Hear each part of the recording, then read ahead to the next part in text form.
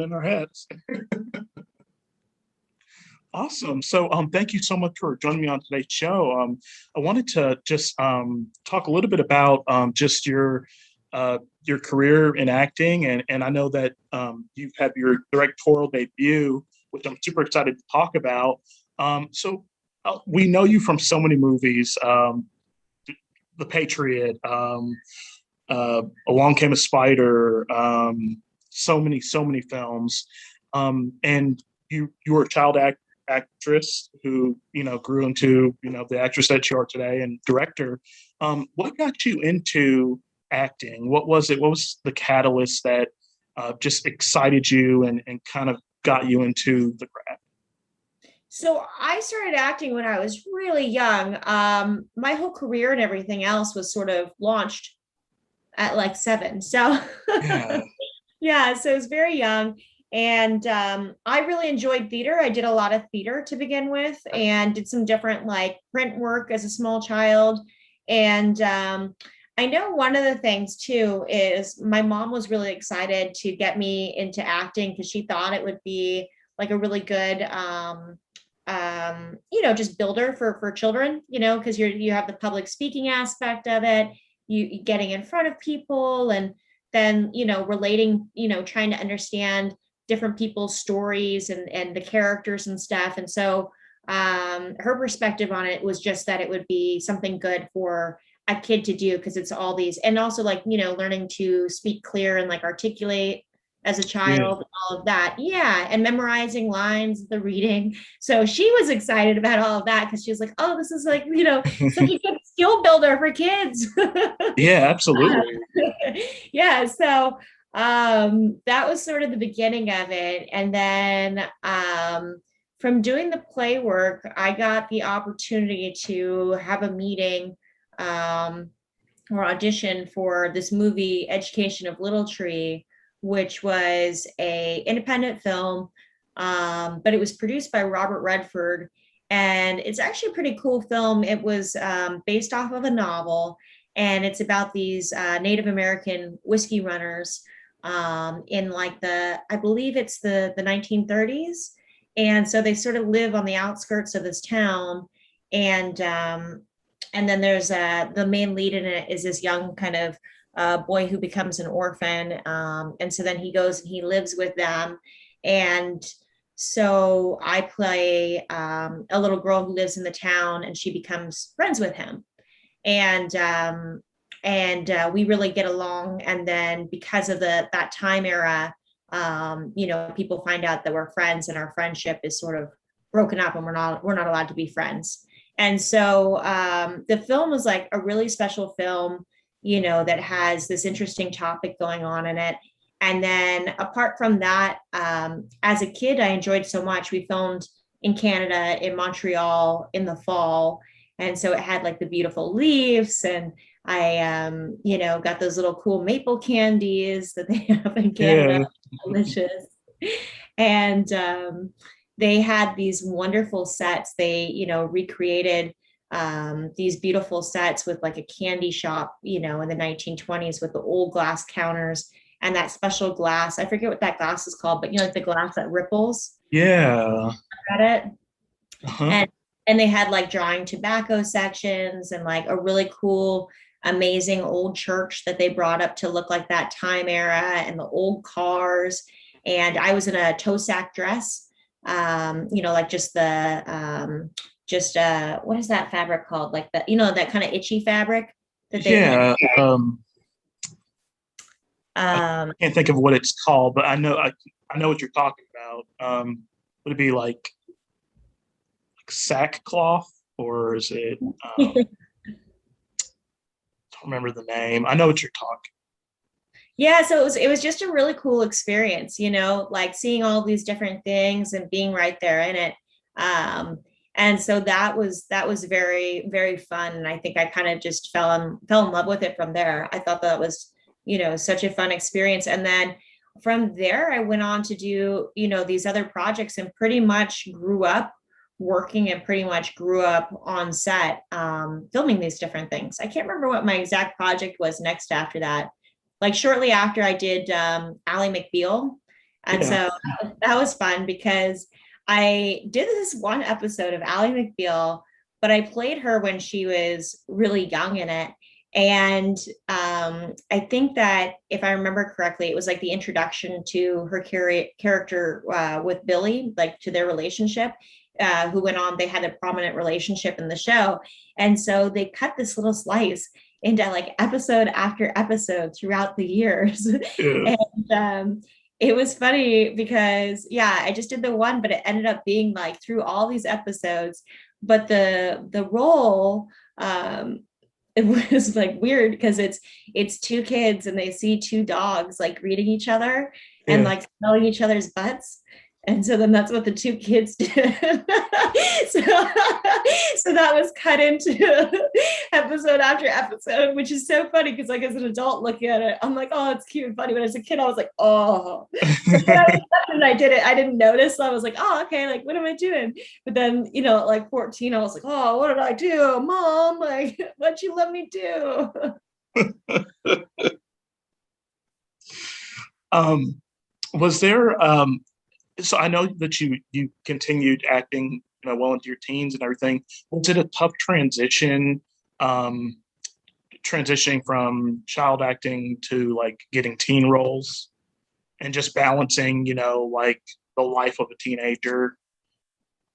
Yeah, I think that's definitely I think it's definitely interesting, an interesting time period. It's so varied too. With different friends that I've had that were, started acting as like, small children and then going into adults. And so it's interesting because I feel like for some people that's like a easy, smooth transition. And then I feel like for other people it's not. Because also you have the aspect of the regular teen stuff and the regular like, teens are terrible. Yeah. Teens are terrible. And the regular hormone stuff, but then you also have like this work aspect to it too. And then the synchronicity of for child acting and acting in the teens, none of that would be done without parents. It really is a beautiful gift from people's parents that they, put the time and the effort and the love into them to, take them to these places and to chaperone them and be a part. And like, little kids, like you don't memorize lines on your own, like, No, no.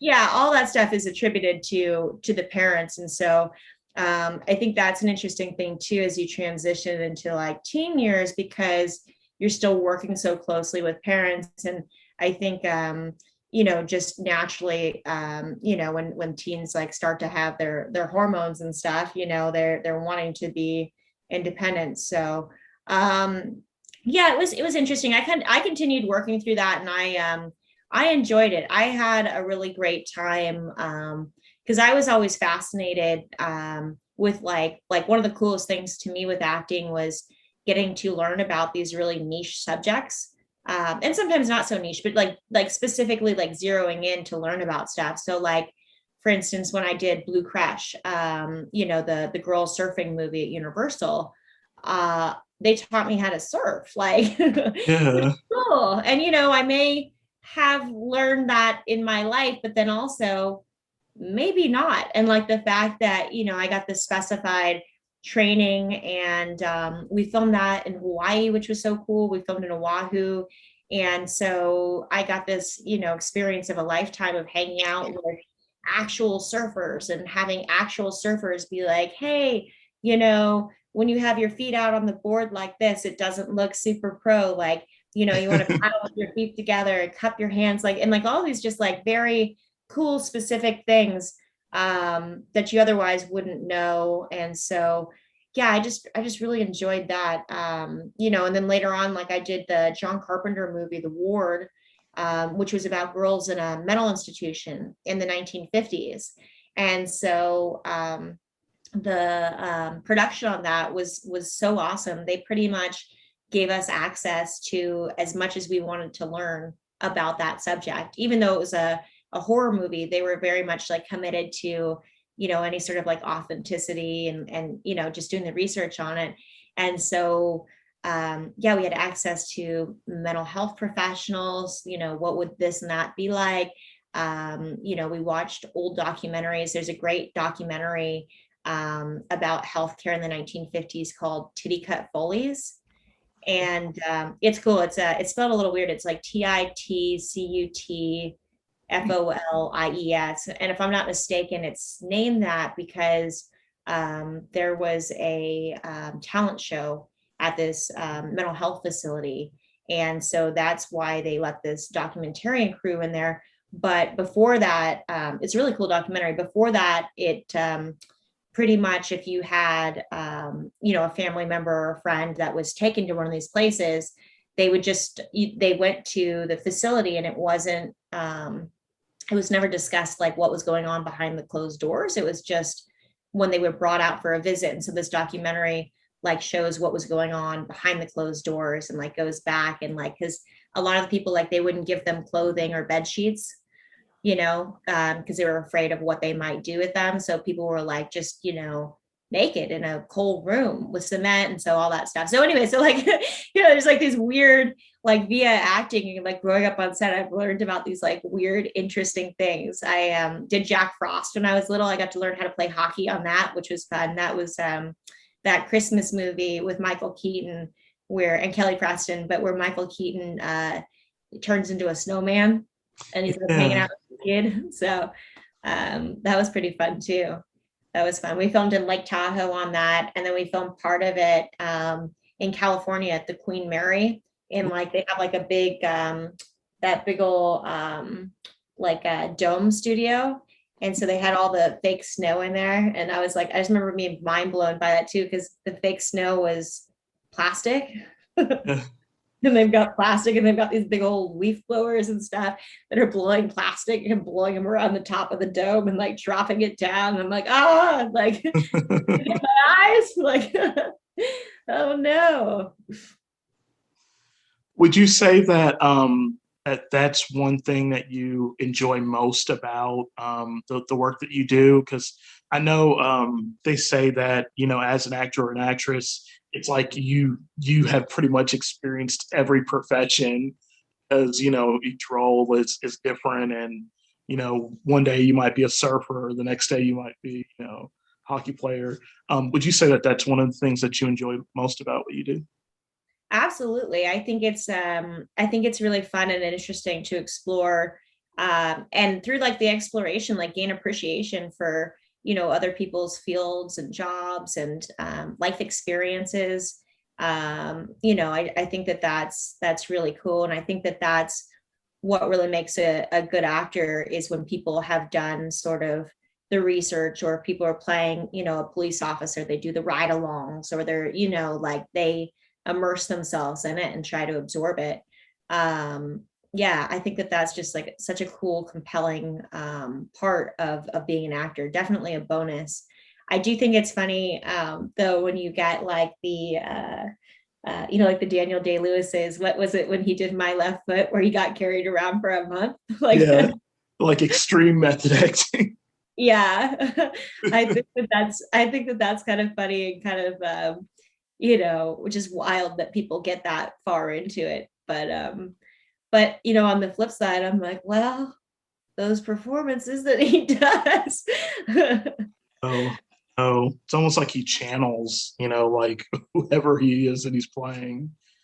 Like, Yeah, like when he played Lincoln, I mean, he made me really think he was Lincoln. He just his mannerisms, just the subtleties. He does an incredible job just immersing himself in a role, whatever the role is. totally, absolutely. So talented. It must be very interesting too. That now something like that would make a wonderful documentary about what is the home life of someone like that, like the interpersonal, relationships with the family, and like what is the home life, and like, from the perspective of, say, like a kid or something, would be one of his kids, would be really interesting. Yeah, it'd be really interesting because, I mean, I'd imagine that it would take some time to get into that mindset, into that character, and to essentially become the character. And I don't know that turning it off would be as easy, or it may be, but I'm sure that there'd be some, some after effects of, Yeah.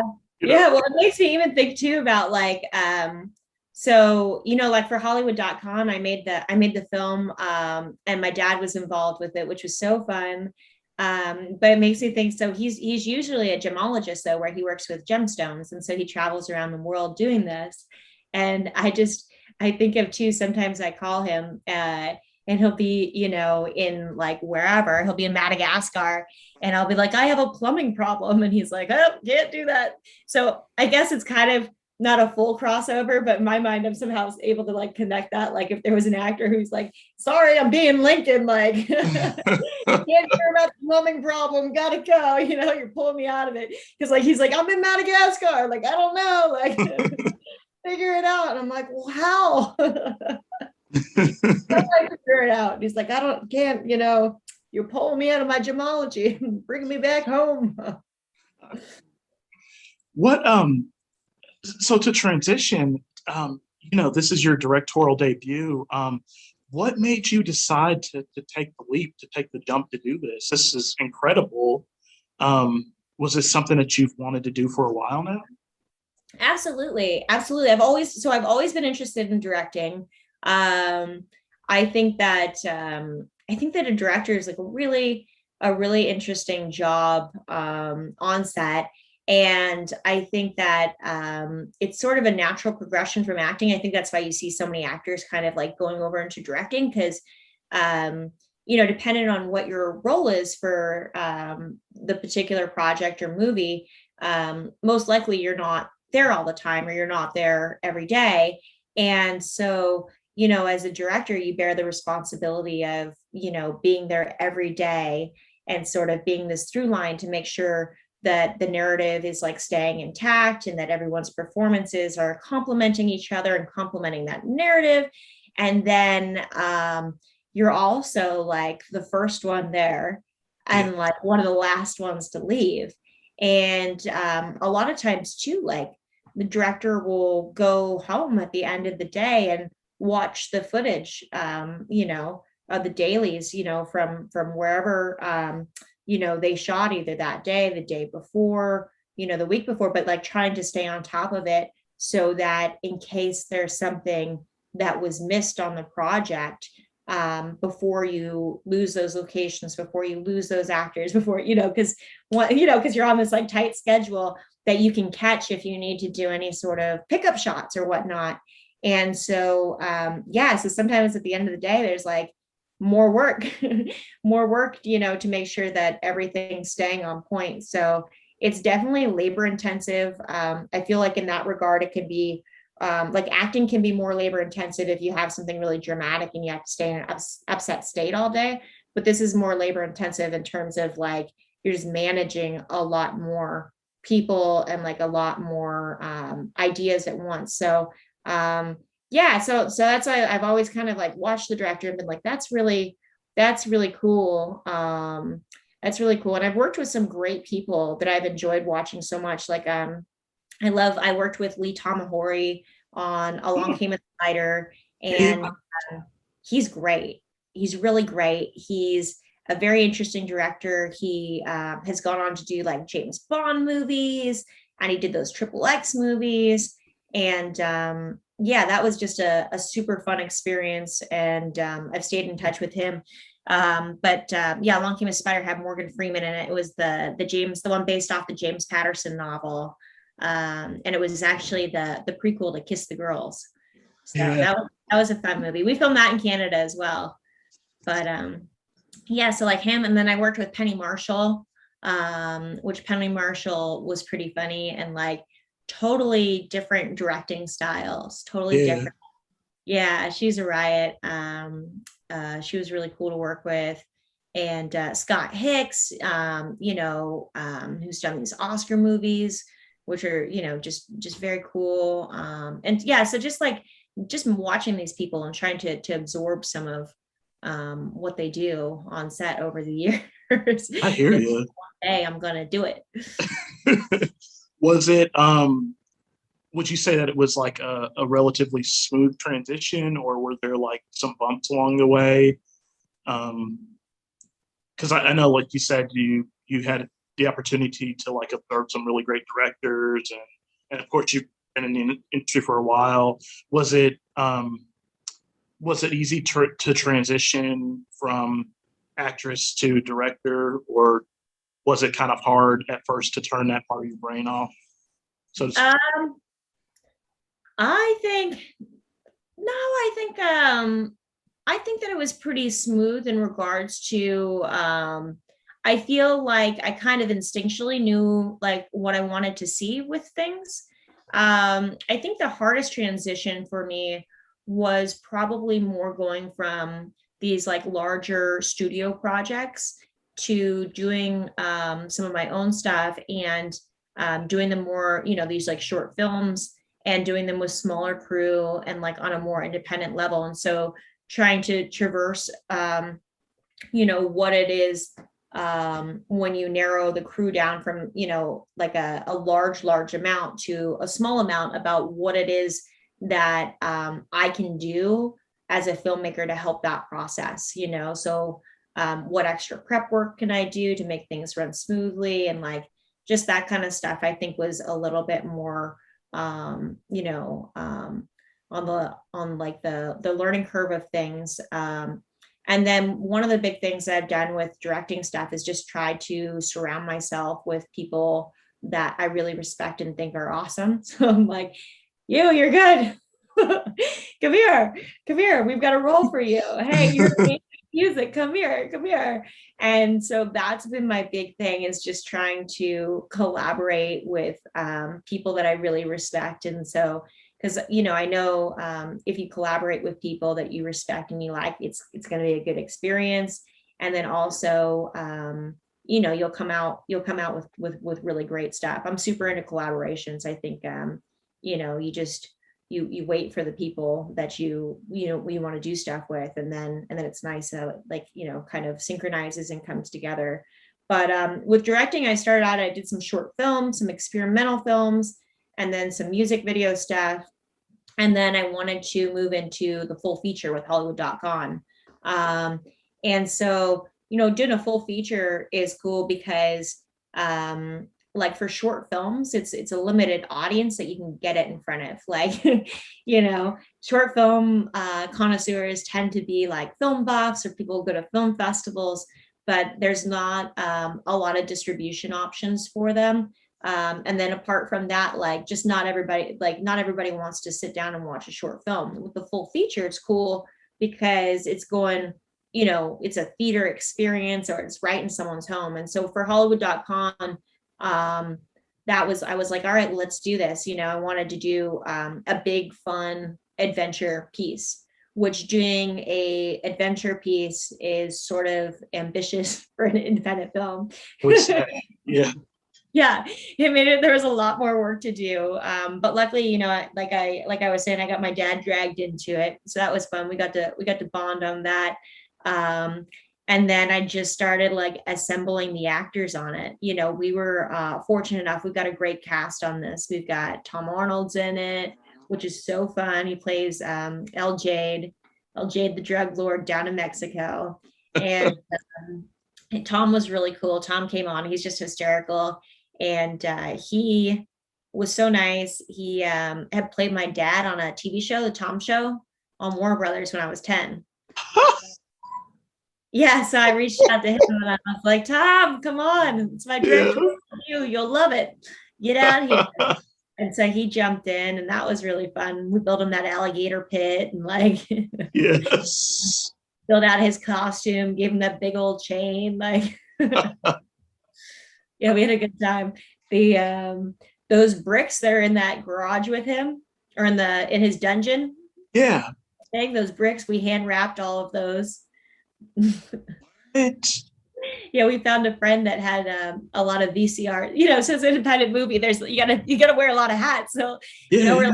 we're like he needs these bricks all behind him and surrounding him in that space. So I found a friend. I was trying to figure out. I was like, where do I get enough VCR tapes for this? Like, how am I gonna do this? So I found a friend who whose parents had a large collection of VCR tapes that they were still using. And so I was like, look, I'll get these back to you, but I need them.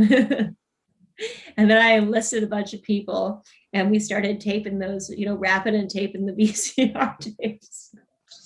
I was like, and then after it, I was like, we gotta tape these fast and get these out of here before we get in trouble. The neighbors, the neighbors come for us. Man, what what drew you to this film?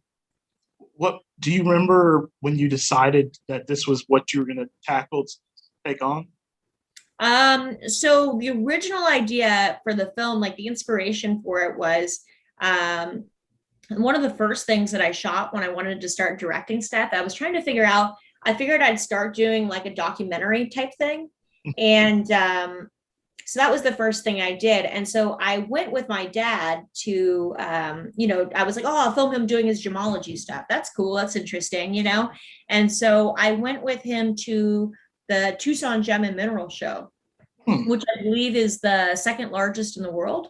And so we went there and it's really cool. I mean, they just have so many vendors. People come from all over the world and they set up, it's like 2 weeks long and they're selling gems and fossils and like, it's just cool. It's really, really interesting. And so we were there and I was filming him and he's talking to his different friends and they're telling about their, products that they're selling and stuff. But there was this reoccurring theme that kept popping up and it was there was a real lack of jade, and then more specifically, Guatemalan jade. And Guatemala has like all these really cool colored jades that come out of there. There's like purples and oranges and greens and blacks. And so my dad was like, oh, no one has Guatemalan jade. He's like, all right, let's go. And I was like, what are you talking about? He's like, well, I'm getting on an airplane. I'm going to go to Guatemala right now. I'm going to go try and find some jade, buy it, and bring it back before the show's over. You can come if you want. What? What? So I went with him and we went to Guatemala and we started talking to he speaks fluent Spanish. So we started talking to all these different people. And basically, there was one group that was selling the jade, and that was it.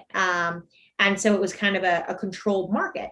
And so we started exploring and talking to more people. And I've got some of this footage too. It's really funny. He and I were just looking at this footage the other day because he's like driving on all of these 2-lane highways up in the mountains. And there's these like big buses that are just jam packed with people that are in front of us, that have like the chickens and the bags on top. And like the guy driving it, they're calling the piloto. And like he's got a guy that, they've got like gloves on and they're all dressed up. And he's got a guy that jumps out to the side. And before the bus stops in front of us, he climbs out and climbs to the roof and grabs people's bags and throws them down. Then they throw the people out and they like barely stop for 2 seconds and like carry on. And so I've got my dad's footage of him like trying to zoom around these cars and stuff. It was hair raising. It was a hair raising experience. But finally we found this village and there was this little village and the village, it was cool. We went way back in and at first it was like 10 people who were out there. And then more and more people kept showing up because they were interested in the conversations that were happening. And so they had been selling jade to this French man for a long time. And then he just stopped showing up like 5 years prior. And so they just had all of this jade that they had wanted to sell. And so we bought the jade from them and we traveled back with the jade and we bought, what was it? We bought 300 pounds of jade that we brought back. Yeah, it was a lot. And it was funny too, because it was funny just getting the jade around because when you look at jade, before it's polished, it looks like cement. Like it just looks like a dirty, like gray cement, like river rock. Like it doesn't look special. It doesn't look like the green, beautiful jade that you see. It just looks ugly. So like people are like, what? You have these 300 pounds of rocks of like they thought we were cuckoo. But anyway, so we got it back to the Tucson Gem and Mineral Show and we sold the jade there, or he sold the jade. I filmed, and yeah, so that was that experience. Oh, and at one point on that trip, they tried to sell us jade that came from a Mayan tomb, and we're like, Oh, no, yeah, yeah, we are like, no, no, we'll pass on that. Like, no yeah. Mayan stuff. And so that was like the first inspiration for the film. And so, because the film has the Hollywood side. Sorry, that was such a long answer for your No, no, question. that was cool. That was Like the longest answer ever. But so like the Hollywood side of the movie was stuff that I was more familiar with, and like, oops, sorry, and like trying to do like the networking and like the ladder climbing and selling yeah, people. And so I had a really good time developing those characters. And then the Enchanted Jade and the Mayan aspect, and the stuff in Latin America and Guatemala, that all came from my dad. So, and that jade buying experience and the curse on there. And so we took these kind of two separate worlds that we had and combined them together. And it was funny because as we were combining them together, we both really love the old school movie Romancing the Stone. yeah. That's a Yeah, great movie. I love that movie. That movie's so good.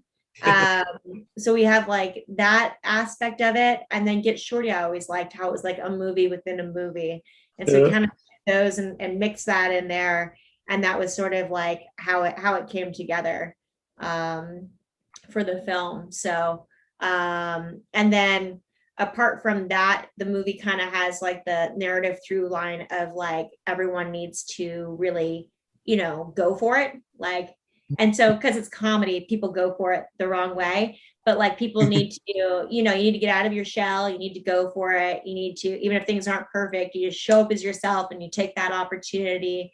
And like, things will happen to you and come to you if you just go for it. And so we kind of went through each one of the characters and tried to figure out how each one could like make that leap that they needed to in their life to like develop as a person. And yeah, so yeah, so that was like kind of the next step in developing where we wanted to go for the characters. And then I started reaching out to different friends because the movie has all these different actors that are like working actors, and pretty much all of them I had worked with in the past. um, it's true. yeah. So I started reaching out to them and then figuring out what would be really fun for them to play that would be against typecast. Hmm. So, like Cody Cash, who plays Marvin Lovejoy, like he always plays cuckoo, psycho killer. And so he was like, I never like I would be so fun. Like I never play anything fun. I'm fun. And I was like, okay, okay. We'll let you be fun. We'll let you be fun. Let's figure it out. I was like, all right, what about like Marvin Lovejoy, like the dancing, singing, super networking secretary? Would that be fun? And he was like, yes, I love it. I love it. And he was so fun because every day before work, like I would see him in the mornings, like getting ready into his character because it's so different from who he naturally is. And so he'd sit there and he'd just start like, doing the shoulders and like start like watching people go by and like just like getting into character. He had a blast doing that. He had so Oh much man. fun. But we did that across the board with all the actors, and that's part of the way I got such great actors on this film was just sitting down and figuring out like what would be really fun for you to do that you don't get to do. You work all the time in these awesome movies and these big TV shows and these big roles, but what do they not let you do? Right. Let's do that. Yeah. That's really neat. Um, so during filming, were there any hiccups? Were there like any delays that you have to do, like any reshoots? We had, the film was a little bit more complicated to film than a traditional one um because I worked around the actors' schedules. They were working on stuff. And so if there was somebody that I really wanted to be in the movie, that I thought was just going to be amazing, I we would go on hold for them, and just and set that up as its own separate, 4 or 5 day shoot for when they were back in town or when they were off of another project, and we could get them in. because the actors, it was really important to me to have like great actors and to have this ensemble piece. With my background as acting, like that was just something that it was something that I wanted to experience, was directing great actors. But then also I thought that that was something that potentially I could bring to the table that would make the movie special, is like to have these good actors in it. So we definitely like, we worked around them, and sometimes that was like a little bit more complicated, or a hiccup with that. I'm trying to think what else we had that was a hiccup. Well, we had another one that was kind of funny too. So we had a venue in place for the, spoiler alert, for the wedding sequence. There was a venue in place, and our venue fell through. We didn't like, our venue fell through, and so we were trying to figure out, like we were gonna, reorchestrate everything and put it together and stuff. And we were in West Texas, and so as we're trying to figure this out, we're having dinner at this Mexican restaurant, and it's my dad and I, a couple of crew members, and our cinematographer. And so my dad starts talking to the owner of the restaurant, and the owner of the restaurant was like, "Well, you could do tomorrow. Tomorrow would be a good day." And I'm like looking at these people. I'm like, a wedding? A wedding? I was like, how are we going to shoot a wedding tomorrow? And he was like, yeah, you guys could use my employees. They're basically zombies anyway. And yeah, like just go ahead and shoot tomorrow. And so Wow. I don't know. I was like, I don't know. Can we put together like, I'm like thinking in my head too. I'm like, my last girlfriend who had a wedding, I believe she like had a wedding planner and planned that in a year. Like, I'm like, not to be bridezilla here, but I don't think we can do a wedding in, 12 hours, 14 hours. But so we went ahead and we started putting it together. And I was like, okay, so we can use, his restaurant workers, great. And then I was like, but we need more like wedding attendees. And so I was like, oh, I'll call like the local theater and see who they have, and maybe even like some high school teachers and stuff. I'm like, maybe that would be wonderful if they have a theater company, because we were in West Texas, and in a smaller area. We were in Kerrville.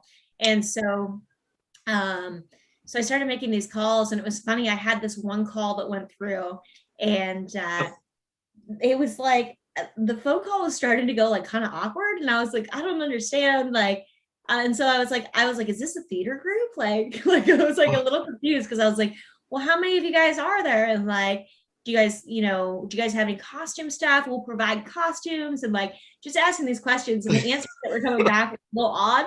And so at the end of the conversation, I was like, so is this in the phone book? It was under like the theater group. Is this a theater group? And the lady was like, no, ma'am, this is the local Dairy Queen, but we'd love to, she's like, but we'd love to come by. That sounds like a lot of fun. Now I just want to know, can I bring my husband too? Oh my God. And I was like, yeah, absolutely. Absolutely. You guys all come on down. Like, we'll get you tightened up and dressed up. So that was pretty funny. And they did an awesome job. We had that wedding packed, we had everybody painted up and packed, and it was a good time. It was, Yeah, because it looked to be about like 300. Well, I don't know if it was that. It looked to be a good amount of people. Like, yeah, we had a good amount of people there. Yeah. And then we set, so it was interesting in regards to Tom Arnold's in that wedding scene. So we shot his section of it at a completely separate location, and then shot this. So those were, that's interesting as well, because you're trying to like make sure that you're mapping everything out perfectly, yeah, so that all the eye lines and like all the angles and everything are perfect, because both of them, to get Tom again is complicated, but then to organize all of these people at like a wedding location is also complicated. So you're like, oh, the stress of like trying to like make sure it's all perfect. So that was quite the experience. That was a funny one. So altogether, how many months did it take to film? Was it like 6 or 7 months, or? It took a little while. It's hard to say because we did have those breaks, like according to the different actors' schedules. So, yeah, so it took longer. It took longer because of that. It took a little extra time. And then it was interesting too, because we were planning on releasing it in theaters. So because it's yeah, so because it's independent, we had this like we were like, oh, like let's do our own.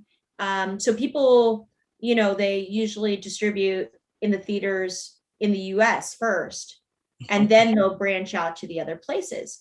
So for this, we decided because there's so much Spanish in the film, and we do film in Latin America, that it would be really cool to release it in the theaters in Mexico first, and then release it in the theaters in the US. And so that was our plan. So we had done a promotional tour through Mexico Hmm. before the pandemic hit. We were like actually like down in Mexico doing this promotional tour, and then we had it set to go into all these theaters. And then the pandemic happened, and we were like, well, what do we do? So we just kind of held out, and we're waiting to figure out what we wanted to do exactly, if we wanted to wait for the theaters to open up. But then we like, Amazon's awesome. So we've got it on Amazon right now with video on demand. And so it's a cool time too. Like everybody's got their super hooked up, TVs, because everyone's been home for a while and their Yeah. Yes, sound ma'am. systems. Yeah. And everyone's run through a lot of content. So I've had Yes. people tell me they're like, oh, new content.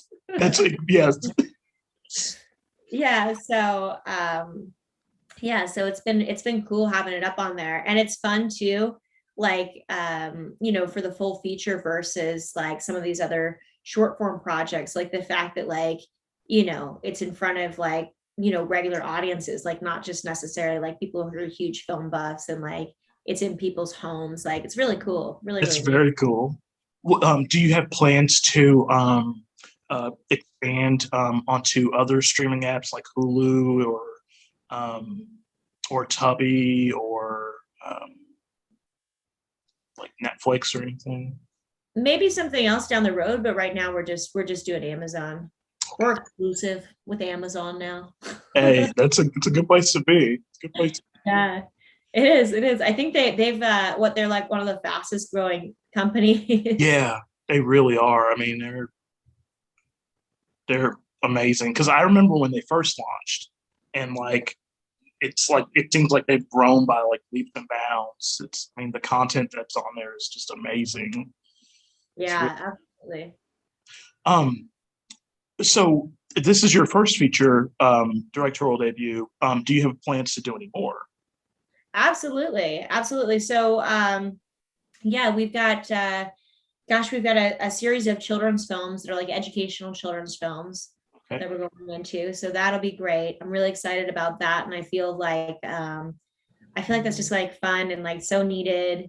And like, I just think it's like a really fun piece to do.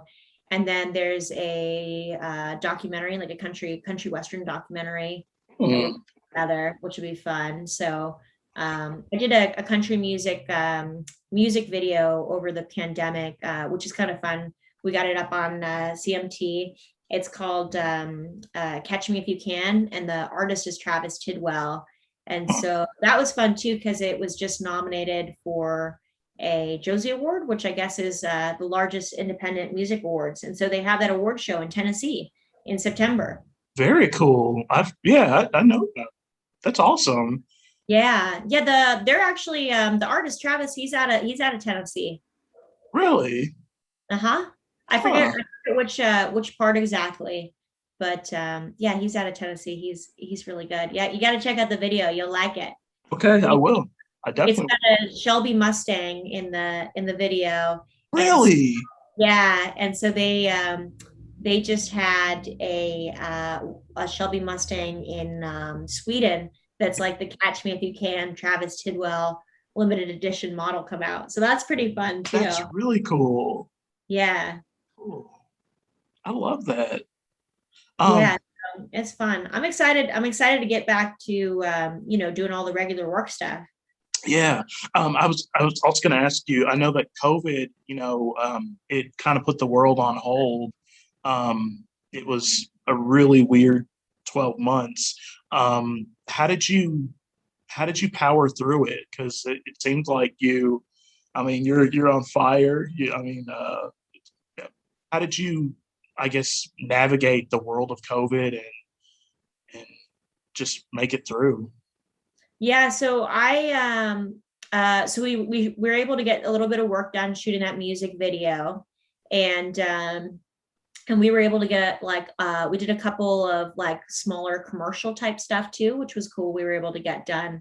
Um and then I just kind of tried to zero in on nutrition and Okay. working out. And so that became a big part of my COVID experience, was to sort of, try to make lemonade out of lemons. And so sort of try to refocus about what is it, because I'm generally traveling and all of this stuff, like what is it that I don't get the opportunity that, other people, sometimes get to do. And so one of those things was the nutrition aspect. And so cooking, I really took advantage of cooking and because a lot of times with traveling, I'm eating, at restaurants and to go and like odd restaurants and whatnot. And so I was like, this is a really great opportunity to focus in on nutrition and to kind of get into cooking and making healthy meals. And yeah, and working out. So I actually, for most of the pandemic, I went to Arkansas and yeah, Wow. Okay. yeah, I went to Arkansas and stayed in Arkansas. And it just seemed like a good place to be with everything going on in the cities and whatnot, to go to Arkansas and hang out there and do the food and work out. And we were staying in a house that's in a hollow. So Yes, I yeah, know so exactly. yeah, Yeah, so it's in a you were in hollow. Northwest Arkansas. Yeah, Yep, yeah. yep, yep. My dad's originally from Arkansas, so we've Really, got my mom there. is. Yeah, it's a beautiful state. Oh, nice. Where's your mom from? So she's from Osceola, Arkansas, which is like 45 minutes outside of Memphis. It's in northeast Arkansas. So they just have like a lot of, it's flat. They have just like a lot of like cornfields and cotton fields, and it's not mountainous like the northwest part of the state. But Cool. Yeah, I like Arkansas. It's nice. yeah, It's really it's pretty. definitely Yeah. definitely. We were there and we didn't have any cell phone service down in that hollow. So we had some Wi-Fi, but to do the full stuff, we had to drive up the hill or Yeah. to make the calls, had to walk up the hill to go get everything done. It was like gosh, I forget how far it was up the hill, but it was pretty far. And so that worked out. But it was funny because at one point I was like, all right, well, we got to get back because we were waiting for the thing to blow over. It didn't blow over for a while because there were a couple work calls that I had to do, and it was funny because I was trying to, rush up the hill in the car and like hovering in the car, like with the Yeah. phone. Like, all right, like, oh no, they're not answering now. Sitting up there. So they're like, okay, we got to get back, but it was a good spot to be because I really got to kind of, um, you know do the working out and nutrition thing. And like I said, like cooking was really cool, got me a recipe book and like just started trying to learn how to make it, stuff that tastes good but is healthy. Absolutely. That's awesome.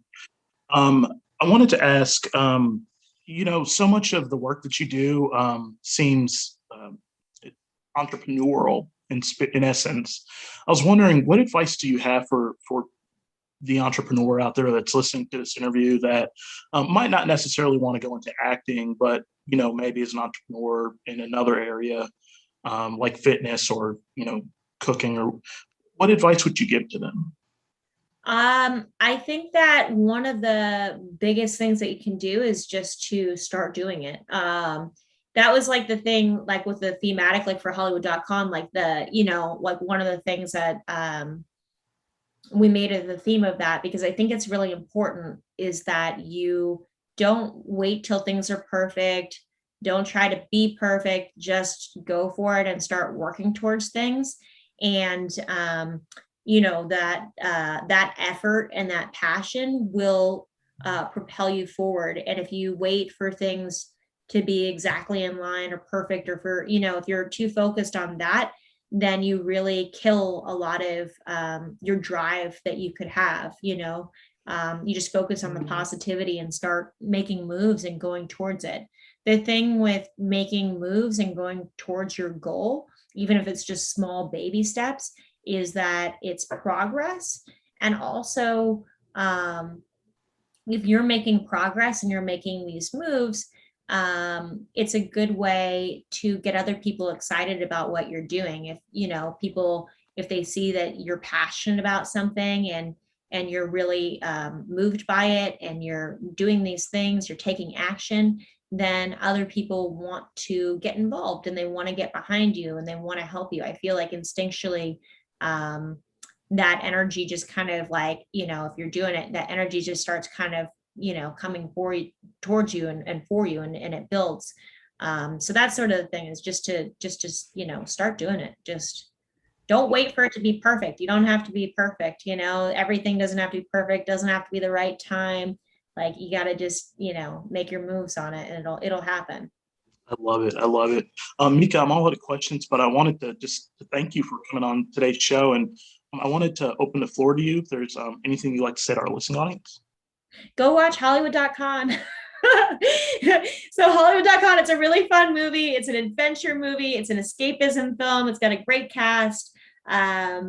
There's nothing religious in it, nothing political in it, not a lot of violence. Like, it's just, easy escapism film that you can watch with the kids, with grandma. Like, yeah. And, it was a family affair on our side. I made it with my dad, so I think people will really enjoy it. I think you'll like it. It's on Amazon Video on Demand.